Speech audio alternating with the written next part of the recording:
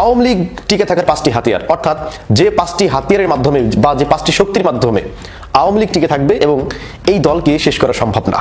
তাহলে কি সত্যি দেশে আসতে যাচ্ছেন শেখ হাসিনা?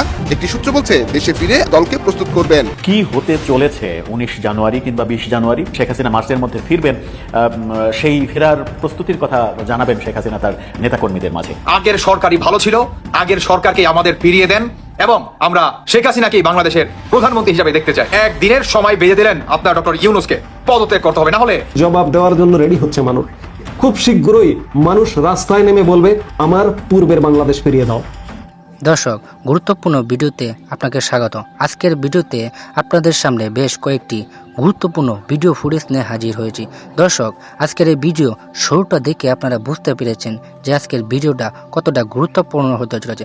দর্শক, আজকের ভিডিও যারা প্লে করেছেন তাদের উদ্দেশ্যে বলবো ভিডিওটি না টেনে একদম শেষ পর্যন্ত দেখবেন, আর চ্যানেলে নতুন হলে সাবস্ক্রাইব করে পাশে থাকবেন। ভিডিওটিতে একটি লাইক দিয়ে দেখতে থাকুন সম্পূর্ণ ভিডিওটি। অর্থাৎ যে 5টি হাতিয়ারের মাধ্যমে বা যে 5টি শক্তির মাধ্যমে আওয়ামী লীগ টিকে থাকবে এবং এই দলকে শেষ করা সম্ভব না, যতই চেষ্টা করেন না কেন। হয়তো আপনি মনে করতেছেন যে এখন আওয়ামী লীগের কোনো জনপ্রিয়তা নেই, আস্তে আস্তে কিন্তু হয়ে যাবে। দেখেন, জাস্ট একটু উদাহরণ দেব। 5ই আগস্টের আগে, মানে যখন জুলাই আন্দোলন চলে, সেই সময় সমন্বয়করা যে বাংলাদেশে কি পরিমাণ জনপ্রিয়তা ছিল তাদের আপনারা দেখেছেন, কিন্তু 5 তারিখের পরেও তাদের জনপ্রিয়তা ছিল। কিন্তু সেই জনপ্রিয়তা এখন আছে কিনা একটু বিবেক দিয়ে চিন্তা করেন তো, এখন কিন্তু নাই। তো সুতরাং সময়ের সাথে সাথে সবকিছুর কিন্তু পরিবর্তন ঘটে। তো আওয়ামী লীগকে যে কারণে শেষ করা যাবে না বা যেই হাতিয়ারের মাধ্যমে আওয়ামী লীগ টিকে আসছে, তার 1 নম্বর হাতিয়ারটা হচ্ছে আওয়ামী লীগের যে বড় বড় লিডার বা নেতা, এরা সব সেফ জোনে আছে। তো আপনি আওয়ামী লীগ নেতারা যারা মাথা, সেই মাথাগুলো কিন্তু এখন দেশের বাইরে, একজনও কিন্তু অ্যারেস্ট হয় নাই। তো যে সমস্ত মাতারা এই আওয়ামী লীগকে চালাতো তারা দেশের বাইরে। তো আপনি এই দেশে যারা আছে ছোট ছোট চুনোপুটি পাতি নেতা, এদেরকে ধরে আপনি কি করবেন? মানে এদেরকে শেষ করে দিয়ে যদি আপনি মনে করেন যে আওয়ামী লীগ শেষ, আপনার মতো বোকা পৃথিবীতে মনে আর খুঁজে পাওয়া যাবে না। এইটা হচ্ছে 1 নম্বর কারণ, যে আওয়ামী লীগের যে সমস্ত নেতারা আছে তারা কিন্তু এখন সব সেফ জোনে। এরপরে আওয়ামী লীগ টিকে থাকার 2 নম্বর যে হাতিয়ার, সেটা হচ্ছে আপনারা জানেন যে টাকা থাকলে পারে সব হয়, শুধুমাত্র মানুষের জীবন দেওয়া ছাড়া। তো এই টাকা আওয়ামী লীগের যে সমস্ত নেতা আছে, বড় বড় লিডার আছে, এরা কিন্তু বহুত টাকার মালিক, কোটি কোটি কোটি কোটি হাজার কোটি টাকার মালিক। তো একটা মানুষকে শেষ করতে হলে পারে সেই মানুষটাকে আগে অর্থনৈতিক দিক থেকে পঙ্গু করে দিতে হয়। অর্থনৈতিকভাবে যদি আপনি কোনো মানুষকে পঙ্গু করতে না পারেন, তাহলে তার সঙ্গে আপনি পারবেন না, তার সঙ্গে কিন্তু আপনি পারবেন না। তো সুতরাং আওয়ামী লীগের এইটা আছে 2 নম্বর একটি হাতিয়ার। অর্থনৈতিক দিক থেকে আওয়ামী লীগের বহু প্রতিষ্ঠান কিন্তু বাংলাদেশে আছে, অনেক প্রতিষ্ঠান, যেই সমস্ত প্রতিষ্ঠান আওয়ামী লীগের আয়ের উৎস। তো এই প্রতিষ্ঠান যতদিন পর্যন্ত থাকবে তাদের অর্থের কোনো অভাব হবে না। বাংলাদেশ আওয়ামী লীগ টিকে থাকার 3 নম্বর যে হাতিয়ার, সেটা হচ্ছে মুক্তিযুদ্ধে বাংলাদেশ আওয়ামী লীগের অবদান অনেক বেশি। এখন দেখেন, আপনি আওয়ামী লীগকে বাংলাদেশের ইতিহাস থেকে যদি আপনি মুছে দিতে চান, আপনি কিন্তু পারবেন না। আমার কথা কিন্তু রাগ করবেন না, আমি কিন্তু একেবারে স্টেট পয়েন্টে কথা বলছি, যে আপনি যদি বাংলাদেশের 71-এর মুক্তিযোদ্ধার ইতিহাস যদি আপনাকে লিখতে হয়, এই ইতিহাস যদি কাউকে পড়াতে হয়, ইতিহাস সম্পর্কে আপনাকে বলতে হয়, সেই ইতিহাসের মধ্যে আপনি পাবেন জয় বাংলা স্লোগান, সেই ইতিহাসের মধ্যে আপনি পাবেন বঙ্গবন্ধু শেখ মুজিবুর রহমানের ভূমিকা, সেই ইতিহাসের মধ্যে আপনি পাবেন বাংলাদেশ আওয়ামী লীগ দলকে। তো এই জয় বাংলা স্লোগান, বঙ্গবন্ধু শেখ মুজিবুর রহমান, বাংলাদেশ আওয়ামী লীগ, এই 3টা বাদ রেখে আপনি বাংলাদেশের ইতিহাস লিখতে পারবেন না। যদি আপনি লেখেন, সেই ইতিহাস গ্রহণযোগ্য হবে না, সেটা হবে ত্রুটিপূর্ণ ইতিহাস। তো সুতরাং এই যে ইতিহাসের যে দাপটটা, এই দাপটটা কিন্তু দখল করে আছে বাংলাদেশ আওয়ামী লীগ। তো সুতরাং যেহেতু আপনি বাংলাদেশের ইতিহাসকে মুছতে পারবেন না কোনোদিন, তো সুতরাং এই আওয়ামী লীগ নামটাও আপনি মুছতে পারবেন না। ইতিহাস এবং বাংলাদেশ আওয়ামী লীগ একে অপরের সাথে সম্পূরক। এরপরে আওয়ামী লীগের টিকে থাকার 4 নম্বর যে হাতিয়ার, সেটা হচ্ছে দেখেন, আওয়ামী লীগ তাদের যে শাসনামল ছিল, এই শাসনামলে অনেক দুর্নীতি করেছে, এটা সত্য কথা, এটা অকপটে সবাই স্বীকার করবে। পাশাপাশি তারা যে উন্নয়ন করেছে, এটাও আপনাকে স্বীকার করতে হবে। আমরা বিগত সময়ের যে সরকারগুলি বাংলাদেশে ছিল, সেই সরকারের দিকে যদি আমরা একটু লক্ষ্য করি, সেখানে দেখবো যে বাংলাদেশ এর আগে 3 থেকে 4 বার 5 বার কিন্তু দুর্নীতিতে চ্যাম্পিয়ন হয়েছিল, কিন্তু সেই সময় বাংলাদেশে কোনো চোখে পড়ার মতো কোনো উন্নয়ন আমরা কিন্তু দেখি নাই। কিন্তু আওয়ামী লীগের সময়ে যেমন দুর্নীতি আমরা দেখেছি, প্লাস উন্নয়ন আমরা দেখেছি। এই যে পদ্মা সেতুর কথা যদি আমি বলি, একমাত্র দক্ষিণ এবং পশ্চিম অঞ্চলের মানুষজন তারা খুব ভালো করে জানে যে একটা পদ্মা সেতু তাদের জীবনের মোড়কে পরিবর্তন করে দিয়েছে। কত মা তার সন্তানকে নিয়ে ফেরিঘাটে আটকে আছে 6 ঘন্টা 7 ঘন্টা করে, ফেরি কুয়াশায় জ্যাম, ফেরি ছোটে না। কত স্বামী তার স্ত্রীকে নিয়ে, স্ত্রী তার স্বামীকে নিয়ে এই পদ্মা পাড়ে দিয়ে কত ভোগান্তি, কত মানুষ পদ্মা পাড়ে লাশ হয়ে চলে গেছে। তাদের জীবনে যে একটা সেতু কতটা ইম্পর্টেন্ট ছিল, এটা কল্পনা করা যাবে না। সেই সেতু বাংলাদেশ আওয়ামী লীগ সরকার কিন্তু তৈরি করে দিয়েছে। তো সুতরাং একটা মুমূর্ষু রোগী যখন পার হবে ওই সেতুর উপর দিয়ে, যখন আপনি ধরেন অসুস্থ, আপনি অ্যাম্বুলেন্সে করে যখন এই সেতুর উপর দিয়ে যখন অ্যাম্বুলেন্সটা যাবে, তখন কিন্তু বাংলাদেশ আওয়ামী লীগের কথা আপনার মনে পড়বে যে এই সেতুটা আওয়ামী লীগের অবদান। আজকে ঢাকার এক মাথা থেকে আরেকটা মাথায় যাইতে সময় লাগতো কত জানেন? 2 ঘন্টা।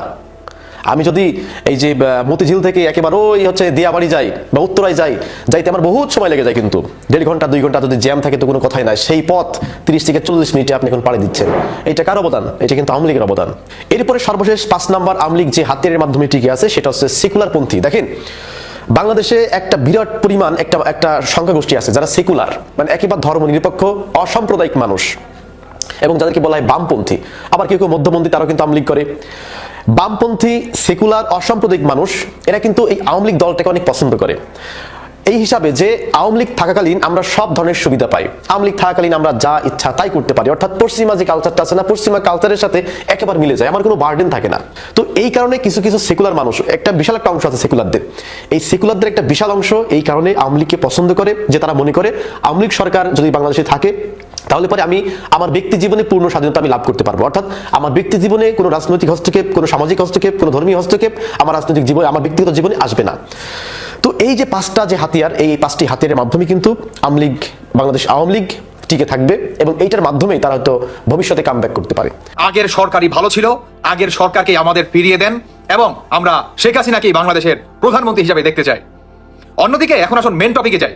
মেন টপিক হচ্ছে আপনার বিপিনুর 1 ঘন্টা কিংবা 1 দিনের সময় বেঁধে দিলেন আপনার ডক্টর ইউনূসকে পদত্যাগ করতে হবে, না হলে আপনার ডক্টর ইউনূসের কিংবা এই উপদেষ্টা মন্ডলীর কিংবা সমন্বয়কদের যে বা যারা তাদের অবস্থা কি করুণ অবস্থা হয়ে যাবে। অন্যদিকে আপনারা জানেন বিপিনুরের তিনি আজকে বা তার দলকে কিন্তু পুলিশ কিন্তু লাঠি চার্জ করে যখন নাকি তারা সুষ্ঠুভাবে একটি আন্দোলন করতে যায়। যাই হোক, মেন টপিকে আসি। এখন হচ্ছে আপনার এই অন্তর্বর্তীকালে সরকার তারা 2025-এর শেষ দিক দিয়ে নির্বাচন দেওয়ার কথা থাকলেও এই কথাটা সম্পূর্ণ কি গুঞ্জন ছিল বা মানুষকে একটা সান্ত্বনা দেওয়ার চেষ্টা ছিল, এছাড়া আর কিছু না। অন্যদিকে সমন্বয়কারীরা তারা সরকার গঠন করার জন্য তারা একদম মানে যত লেভেলের চেষ্টা আছে না কেন, মানে সব লেভেলের চেষ্টা তারা চালিয়ে যাচ্ছে। কেন তারা চালিয়ে যাচ্ছে? আজকে সমন্বয়কদের কেন ঘুম হারাম হয়ে গেছে এবং সমন্বয়করা কেন আপনার বাড়ি হারা পর্যন্ত হয়ে গেছে কেন? আসুন একটা সমীকরণ মিলাই। প্রথমত আপনি যদি দেখেন এই সমন্বয়করা সরকারি চেয়ারে যে বসে সেটা হচ্ছে আপনার কুঠানা মেধার মাধ্যমে, মানে তারা কি আলটিমেটলি সরকার হয়ে যায়, মানে আপনার সরকারি চাকরির জায়গায় তারা নিজেরাই কি সরকার প্রতিষ্ঠিত করে। এখন বর্তমান এই সমন্বয়করা কিংবা উপদেষ্টা মন্ডলী যে বা যারা আছে তারা কি সংবিধান মেনে এই সরকার চেয়ারে বসছে? তারা কি আওয়ামী লীগের জনগণের ম্যান্ডেটের মাধ্যমে সরকার চেয়ারে বসছে? তারা কি বিএনপির জনগণের ম্যান্ডেটের মাধ্যমে সরকার চেয়ারে বসছে? কোন জনগণের ম্যান্ডেটের মাধ্যমে বসছে? আপনার কাছে এই উত্তর আছে? আমার কাছে আছে? নাই ভাই। তারা কি এক ম্যান্ডেটের মাধ্যমে বসছে, সেটা হচ্ছে বৈষম্য বিরোধী ছাত্র আন্দোলনকারীর ম্যান্ডেট। তো এই ম্যান্ডেটের কি আপনার জাতিসংঘে কিংবা আমাদের বাংলাদেশের সংবিধানে এই ম্যান্ডেটের কোনো ভ্যালু আছে, কোনো পাওয়ার আছে? সেই প্রশ্নের উত্তরটা আমি আপনাদের কাছে জানতে চাই। এখন আসুন সমন্বয়করা কেন তাদের ঘুম হারাম করে ফেলেছে কিংবা 2025-এ এসেও তারা নির্বাচন শেষের দিক দিয়ে দেওয়ার একটা বা না দেওয়ার একটা বাহানা চলতেছে কেন? কেন? আপনি যদি এই সমীকরণটা মিলান তাহলে দেখতে পারবেন যে তারা যদি এই আপনার 25-এর শেষ দিক দিয়ে যদি নির্বাচন দেয় তাহলে এদের অবস্থা আরো ভয়ঙ্কর হয়ে যাবে। কিভাবে? কারণ নির্বাচন দিলেই কে ক্ষমতায় আসবে সেটা সবাই জানেন, নামটা আমি বলতে চাই না।